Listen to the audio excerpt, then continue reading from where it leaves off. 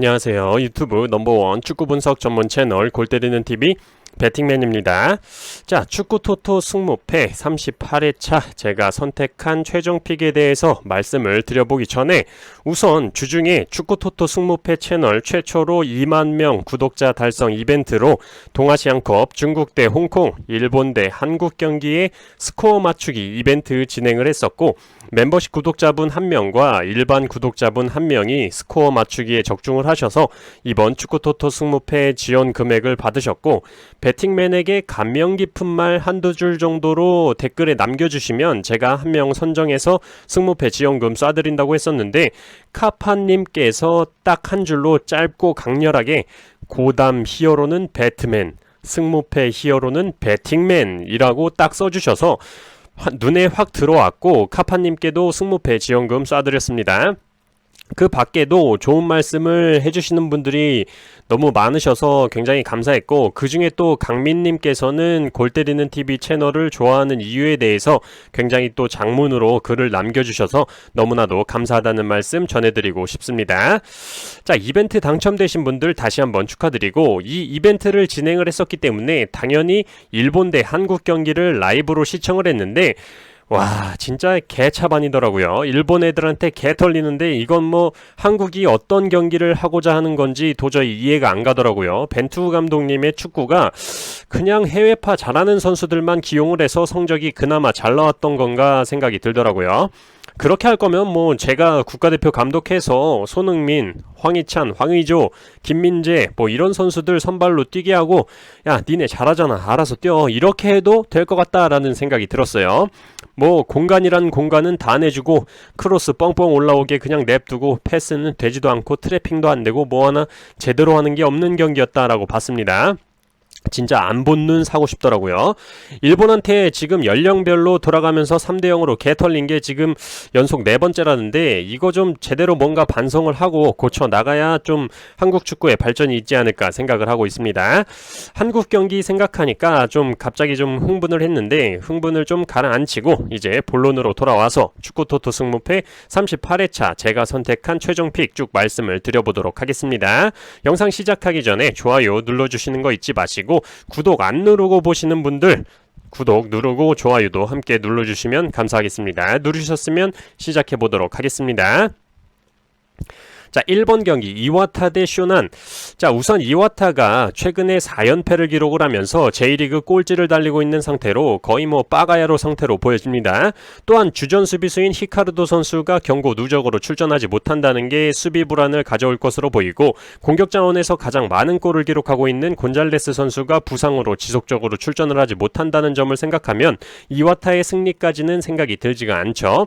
또한 쇼난은 원정에서 오히려 실점은 줄고 득점은 올라가는 모습을 보여주고 있고, 한국과의 경기에서 3번째 골을 기록하고 단체 골 세레머니를 하면서 제 속을 개 뒤집어 놓았던 마치노 슈터라는 공격 에이스 자원도 쇼난에 있고, 동아시안컵 경기 이전에 2연속 무승부를 기록했던 쇼난인데 상대팀이 모두 다 쇼난보다 순위가 위에 있는 팀들이었다라는 점을 볼 때 리그 꼴찌를 상대로 원정 경기력이 좋은 쇼난이 좋은 결과를 가져올 만하다.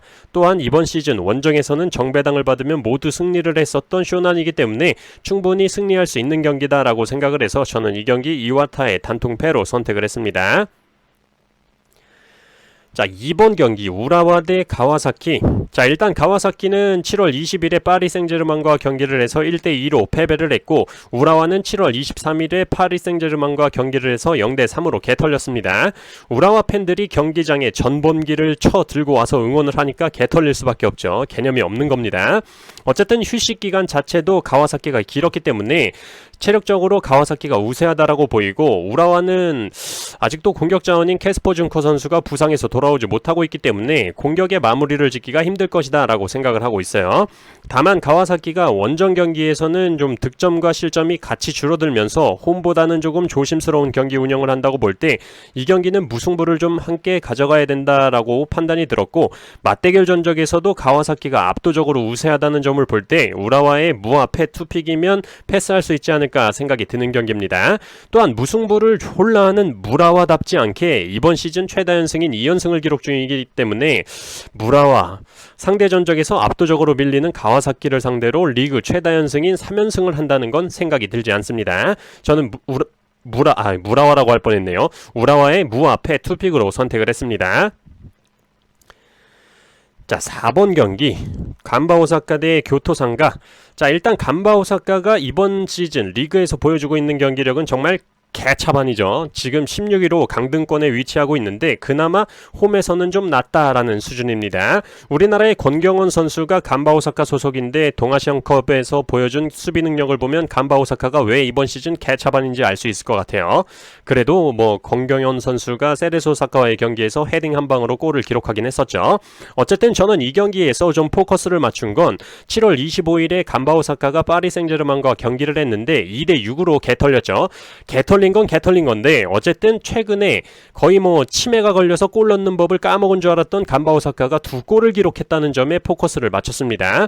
쿠르가와 선수와 야마미 히로토 선수가 골을 기록을 했는데 특히나 야마미 히로토 선수는 이번 시즌 득점이 더럽게 안 터지던 공격 선수인데 파리 생제르맹과의 경기에서 골을 기록하면서 그나마 좀 자신감이 한껏 올라가지 않았을까 생각이 들어요. 나중에 술 먹다가도 한 번씩 야 내가 파리 생제르맹하고 임마 경기할 때 임마 골도 넣고 그랬어 임마 하면서 어깨뽕이 좀 잔뜩 올라갔을 거예요. 그렇기 때문에 이 경기는 무승부에 중점을 맞추긴 하겠지만 홈팀 간바 오사카의 승도 한번 가져가 봐야 된다라고 생각을 해서 저는 이 경기 간바 오사카의 승과 무 투픽으로 선택을 했습니다. 일단 이번 시즌 간바 오사카가 홈에서 정배당을 받은 적이 없는데 이번 경기에서 정배당을 받았다는 점은 좀 뭔가 있다라는 얘기겠죠.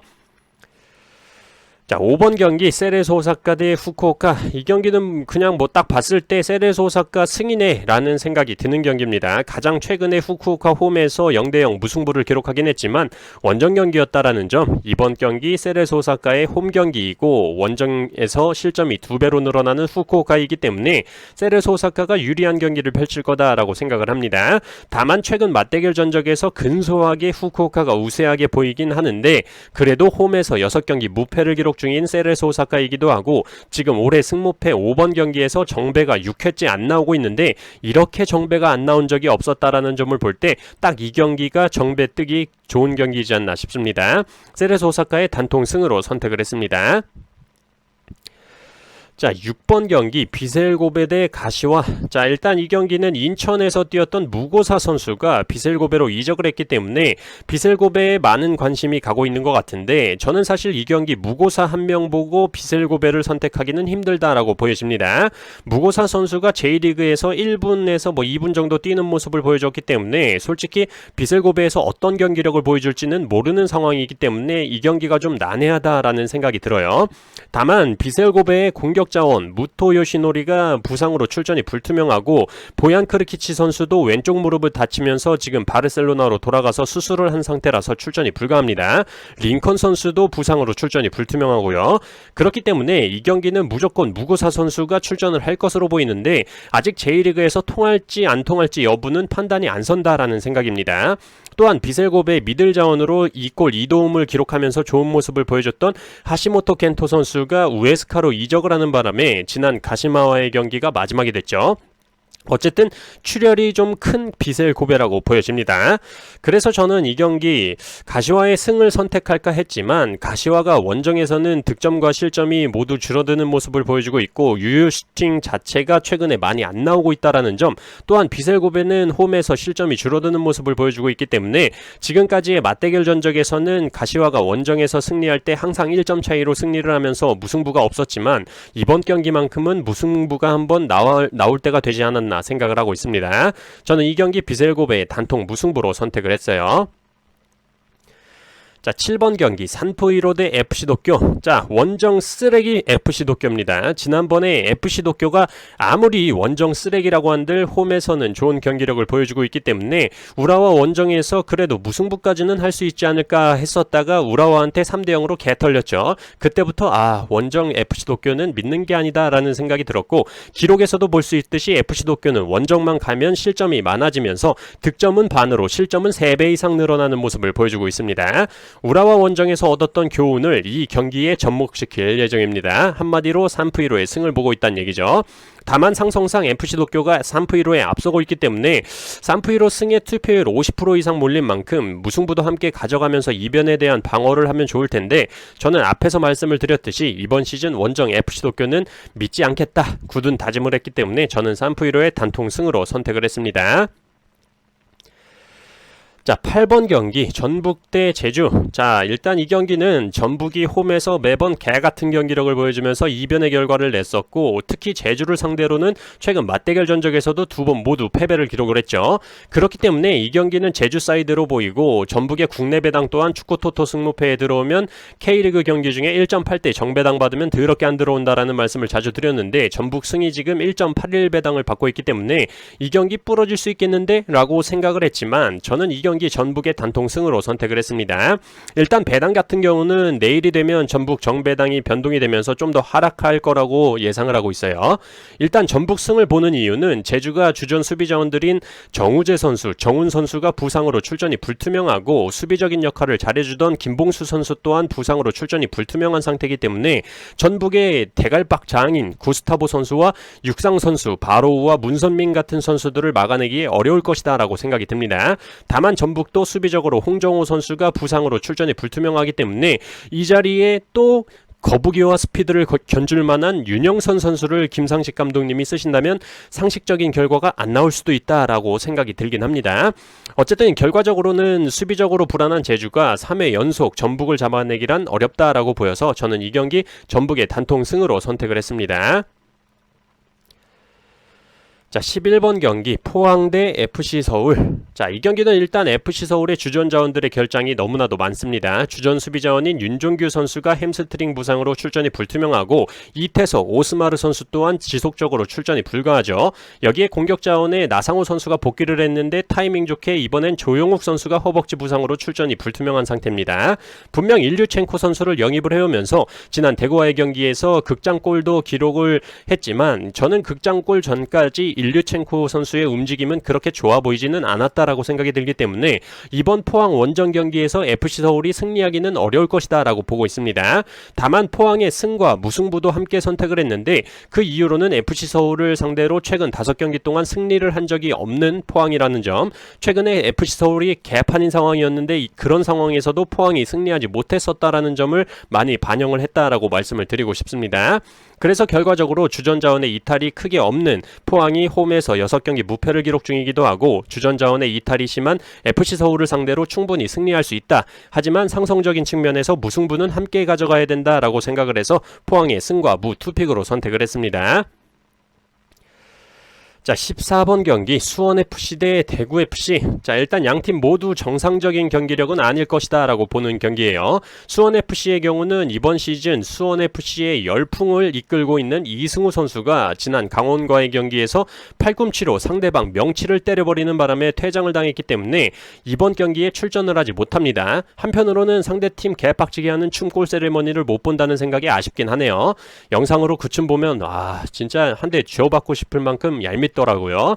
어쨌든 저는 이승우 선수의 공백이 크긴 하겠지만 이 공백을 니실라 선수가 잘 채워줘야 된다라고 생각을 하고 있어서 수원FC의 경우는 출혈은 있으나 지혈은 할 수 있는 상태가 수원FC라고 보이는데 상대팀 대구의 경우는 솔직히 수원FC보다 지금 타격이 크다라고 보여지는데 주전 수비 자원인 정태욱 선수가 발목 부상으로 출전이 불투명한 상태고 타격이 큰 포지션인 주전 골키퍼 오승훈 선수 또한 부상으로 고라니 최영훈 골키퍼가 출전을 할 것으로 보인다는 점, 굉장히 수비 쪽이 불안하다라는 생각이 듭니다.